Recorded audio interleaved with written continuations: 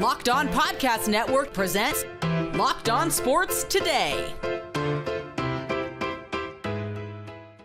The Cincinnati Bengals are 2-0, and their season might already be over because Joe Burrow is now sidelined indefinitely with an injury. Also, the Bucs went on the road to battle it out with the Texans, and the Chargers tried to take down Geno Smith and the Raiders in a Monday Night Football doubleheader. I'm Peter Bukowski, starting your day with the can't-miss stories and biggest debates in sports. You're Locked On Sports Today. Searching all major sports. Found. Let's start with the biggest story. The good news is the Cincinnati Bengals are 2-0 after having their September struggles over the last few years. The bad news, they're not going to have Joe Burrow for what seems like the next 3 months. A turf toe injury that's going to require surgery. And now enter Jake Browning. Speaking of Jake Lisco from Locked On Bengals joins us now. He's no backup. He's our starter here. Jake, it feels a little bit snake bitten over the last few years with this Bengals team. It is incredibly unlucky, the last two injuries that have been potentially season enders. I guess we don't know yet, although I remain skeptical of the 3-month timeline. If it works out that way, great. I think it's a little optimistic, but between this and the wrist against Baltimore a couple of years ago, very normal hits, looks routine, and nope, actually some tiny little ligament in a crucial bone has exploded, and now Joe Burrow's hands or feet don't work anymore. And to play quarterback, you need both your hands and your feet. At the very least, the throwing hand for sure. I have seen a lot of people, Jake, equate the investment or perhaps the success of investment in the offensive line with the injury problems that Joe Burrow has had over the last few years. Fair or unfair? I think it's at least partially fair. But then you look at the specific play on which Joe Burrow is hurt, and I actually don't have a huge problem with the protection on the play. It's quick game. He hits his back foot. The ball needs to be out. Jamar Chase gets jammed, so Joe Burrow pulls the ball down, doesn't see the looper, thinks he can buy time by just escaping the pocket to the left side of the offense. Then there's a looper that shows up, so he tries to get back into the pocket, but the pocket is muddy, and you get an unfortunate hit that occurs. So maybe I'll be canceled by some Bengals fans for that take and saying that the ball should be out. I think the play is designed to be a quick game. It's supposed to be a quick slant. The backside read also looks like quick game. It's 2nd and 20 at that point. Getting into 2nd and 20 is because you tried to run a screen on first down, on 1st and 10. Drew Sample has a holding call. It was not a great sequence of protection plays. The 1st and 20, Joe Burrow gets high load. It's a much nastier hit, but he's fine. And then the next play, he just tries to plant too hard. So, there is certainly something to be said for he's taking too many hits. He's taking more hits than most quarterbacks in the NFL based on every categorization of hits that I've seen from Pro Football Reference to all the different aggregators of stats out there. And that's bad. And the more hits you take, the more likely it is for you to get unlucky on one of those hits. So that is true. But they've also been very successful on offense despite some of these issues. I think the offense they run with Joe Burrow invites some of these issues. We've talked about that over the years, obviously. And so when you combine those factors with the fact that on the particular play in question, Dalton Reisner lost. The left side of the offensive line gave up a little bit more ground than you would have liked to see them give up on that play. Ball should be out. So blaming the offensive line for the injury itself, although Dalton Reisner took accountability in the locker room because he lost on the play, it's not that simple. It's really, truly, you go look at the play, you've seen it 1,000 times.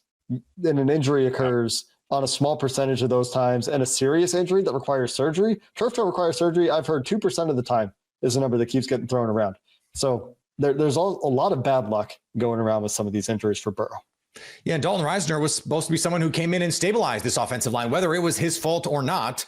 It just seems like it is in some ways, twistedly appropriate that was the way that this went down. Jake, over the last few years, last year, Joe Burrow was healthy, had a terrific year. They missed the playoff. The year before, Joe Burrow gets hurt. No playoffs. This year, it looks like they are headed again toward no playoffs.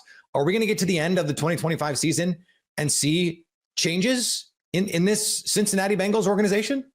The Intuition for me, as you ask that question, says that this is a reason that you cannot blame Zach Taylor from the Bengals front office organizational perspective. He won't have had his quarterback this year. His quarterback will have been injured. And is it time to potentially move on? There are certainly arguments to be made. The team is 2-0. They won 2 games that perhaps they should not have won. They benefited from drops and missed kicks along the way. Jake Browning threw 3 interceptions before he found his way to a 92-yard game-winning touchdown drive. But I don't think, unless things go terribly sideways, that's likely if you ask me today. You ask me in 16 weeks and things go sideways, then maybe I have a different answer. But knowing the way the Bengals tend to operate, it would be a surprise to me as of today, the day after the injury occurred. You can stay up to date all year on the Cincinnati Bengals by subscribing to Locked On Sports Today and Locked On Bengals on YouTube or your favorite podcast app. You're Locked On Sports Today. Coming up, the Bucs aired it out in a win over the Texans. Before we get to that, Jaden Daniels is now day-to-day with a knee injury. The NFL season is finally here, and FanDuel is making sure you're ready for kickoff with a can't-miss offer. Right now, new customers can bet just $5, and if your bet wins, you'll get $300 in bonus bets to use across the app. I love using FanDuel because it fits how I like to bet. Player props, same-game parlays, jumping in live as the action unfolds. It's quick, easy, and the best way to avoid your malaise on a Sunday when your team's not on. Add a little more energy to your Sunday. So are you ready to play? Download the FanDuel app now by visiting FanDuel.com to get started. That's FanDuel.com to place your first $5 bet. Jaden Daniels' hot start to the season has hit a bump. The Commanders' second-year quarterback came out of last week's loss to the Packers with a sprained left knee, and while the MRI showed no major damage, Coach Dan Quinn said his status for Sunday against the Raiders is very much in doubt. Daniels is officially day-to-day, but Quinn admitted he'll need to clear a checklist of movement and strength tests before stepping back on the field. If he can't go, Marcus Mariota would get the nod, and yes, that would make it his 3rd time stepping in for Daniels since last season. Elsewhere in the NFL, J.J. McCarthy is now out with an ankle injury and could be out 2 to 4 weeks. Out 2 to 4 weeks, according to Adam Schefter's reporting. Kevin O'Connell said they don't anticipate having him for Cincinnati, but didn't say anything beyond that. So now it's Carson Wentz time. For the second time in 3 years, the Vikings and Bengals will square off with just their backup quarterbacks. It's weird that this keeps happening. So what I wanted to do is I just wanted to go live. All right. Let some people in the chat get their vents out. Nathan Feather says there is a non-zero chance that JJ won't start another game for us. Yep, you are dooming. You're being crazy. And the Yankees struggled against the Twins. Yankees dropped game 1 of the series to Minnesota 7-0, and I take some positives and some sure negatives out of this game. I'm Brian McKeon from Locked On Yankees. First, it's the first game of this series. They still have 2 more left against Minnesota, and after the way they came out of that 12-game stretch that we constantly talked about, I kind of sit here and give the Yankees a little bit of a leg off, a little bit. I'm not going to kill them too much for losing this game. Still don't want to lose games to the Minnesota Twins, but they don't play this team poorly ever, so I'm going to have a little confidence going into the rest of this series. My positives: Carlos Rodon gave you 6 strong innings, struck out 4, only gave up 2 earned, only walked 1. He seems like he's tuning up for the postseason, and I liked his start a lot, really battled. Negatives: Luke Weaver, not good enough, needs to figure his stuff out immediately. And what really was annoying, another pitcher with a 4 ERA gets to the Yankees as per usual. We'll be talking about all of it, and you can follow the trend of the rest of this series on Locked On Yankees. The Bucs pulled out a gritty win over the Texans on Monday night. Locked On Bucs host James Yarko tells us how they did it. It is really hard to pick the biggest moment. This was an ugly game after that first quarter. I had a couple people give me grief on Twitter about how I said this was going to be an ugly, nasty, low-scoring game. And then it started to look like it was going to be a shootout, and instead it was a nasty, ugly, low-scoring game. I mean, the quarterbacks were sacked a combined 7 times. Neither one turned the ball over, although Levante David dropped a sure pick that I'm sure he wishes he had back. But for this, the biggest moment was on 4th and 10 from their own 32-yard line and just 1 minute and 24 seconds remaining in the game. Baker Mayfield was looking for someone downfield. He had no one open. Then he takes off and runs for 15 yards and a first down. That was the ball game. That was it. You convert, you give yourself a chance. You miss it, the game's over. Baker, for as beat up as he was, we saw him grab his left leg after a sack in the first half. We saw him scramble and run and go down and grab his leg again. And then, of course, C.J. Gardner-Johnson wants to run off at the mouth, and that popped Baker right back onto his feet to jaw right back. But he put the team on his back once again and found a way to keep them alive. That was absolutely huge. After that, it was a completion to Cade Otton, a completion to Bucky Irving, another completion to Bucky Irving, a completion to Mike Evans, a completion to Cade Otton, and then the touchdown run by Rachaad White. After that first down run by Baker on 4th and 10, you just knew in your gut that Baker and the Bucs were going to find a way to win this game. And let me say this. While we're watching Josh Grizzard learn and grow as an offensive coordinator and a play caller, in the first 2 weeks of his career of an OC, the way he has been able to orchestrate and dial up the right plays in the first 2 weeks of this season to allow the Bucs to come from behind and win late in the fourth quarter is impressive. That is a sign of things to come, and he is not playing with a full deck right now. There is no Tristan Wirfs. There is no Luke Gedeke that I'll talk about in just a second. You don't have Chris Godwin. You don't have Jalen McMillan. Emeka Ibuka, you saw him on the sideline getting his leg wrapped up. I think that affected his play in the second half. He left a couple of plays out there. You are dealing with a lot of problems on this offense. But when it comes down to the most important moments, when it comes down to crunch time and the gotta have it drive, Grizzard and Baker have stepped up and done exactly what they needed to do to get the Bucs in the win column. And that has been huge. I think that's a great sign for what Josh Grizzard is going to bring the rest of the season as an offensive coordinator. I think it's a great sign about the trust and the belief that he and Baker have in one another to get done what they need to do. So I needed to give a little bit of a hat tip to Josh Grizzard. It was ugly on offense for a lot of the game, but that's not totally on Grizz. That was on the situation.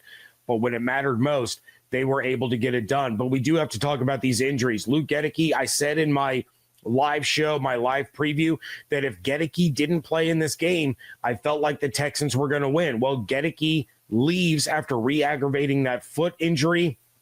And I started to think, I don't know if this Bucs offensive line can hold up against this Texans pass rush. Baker was sacked 4 times. He was hit multiple times. He was under duress for much of the game. So it was really, really spotty there for a while. No word on Gedeke's status. I have to think that he's probably, if he leaves with an injury on a Monday night, I have to believe that he's likely not going to be available to play on Sunday against the Jets. We're going to have to wait and see. But then the big one, Kalijah Cansey. His arm was in a sling after the game. Bowles told the media that it looks like it might be serious. I looked, when the injury happened, you saw the replay. He was going, and then all of a sudden his arm just went completely limp. He's trying to, push and force his way past an offensive lineman, and it almost looked like his arm was just completely dead. Kind of like when you dislocate your shoulder and you can't move your arm around. That's what it looked like. So if it's a torn pec, and we dealt with this with Christian Izien, I believe it was Izien that had the torn pec during training camp, a normal tear, a moderate tear, I guess is what it was called, you're looking at about a 12-week recovery. If it's severe, he's done for the year. It's over. That's a 4 to 6 month recovery. So you're hoping, best case scenario, that this is a moderate tear and that he's going to be able to return in about 3 to 4 months, which would be just in time for the, probably the last week or two of the regular season, but back for the playoff push. But this is bad. Kalijah Kancey is so good when he is available, when he's on the field, and he and Vea are such a good duo. But Kancey has not been able to stay healthy throughout his career. He has missed multiple games every single year. It's not his fault, but when you're looking at the team as a whole and you see a guy that you cannot rely on to stay on the field because he does keep getting injured, that's a problem. That is a serious, serious problem. So fingers crossed that we are going to get some good news about Kalijah Kancey and that it's not the worst case scenario and that there will be some hope that he's able to return before the season is over. But look, for a game that started off looking like it was going to be a shootout, this one was dominated by the defenses after they settled into the game. 7 combined sacks, and then the teams combined for 13 penalties and 90 penalty yards. It was ugly, just like last week was ugly.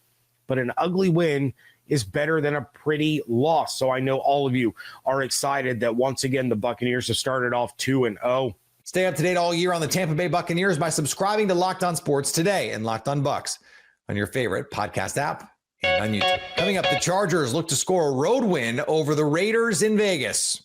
The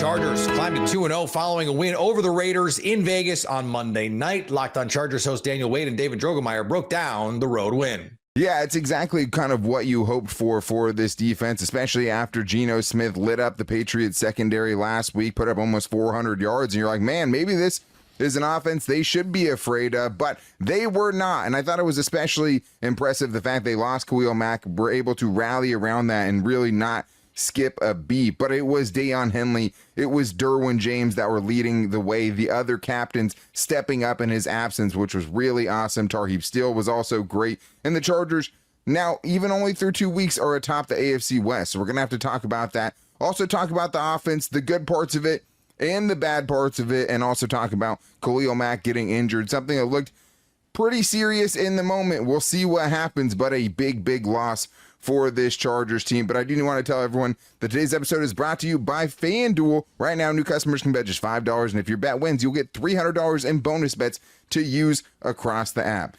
David, the Chargers offense had some frustrating moments in the second half, but the defense just continued to answer the bell one time after another, and you're like, how long can they keep it up? Well, they kept it up the entire game. I mean, they absolutely dominated Geno Smith, who had a passer rating of 37 in this game. And I mean, there are individual performances that we'll talk about, but just overall, I mean, Jesse Minter is gone after this season, bro. I mean, this was a total domination by that side of the ball, just absolutely beating up the Raiders all night.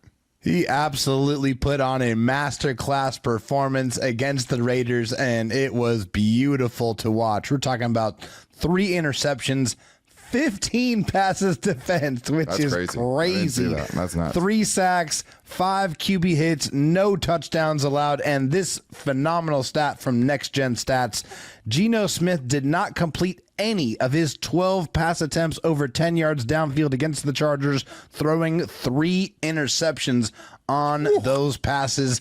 That is straight up dominance, blanket coverage. They could not do anything. The Chargers married that pass rush with the coverage, and it was a sight to behold all night long.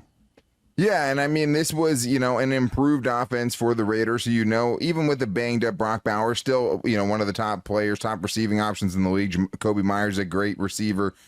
Ashton Genty even had his moments in this one. Yeah. It just didn't matter. And this is the type of performance by the Chargers defense that lets you believe a little bit that maybe they can recreate their top scoring defense, or at least be one of them on the top of the NFL, now giving up only 15 points per game through 2 games. And I mean, it started the first play of the game.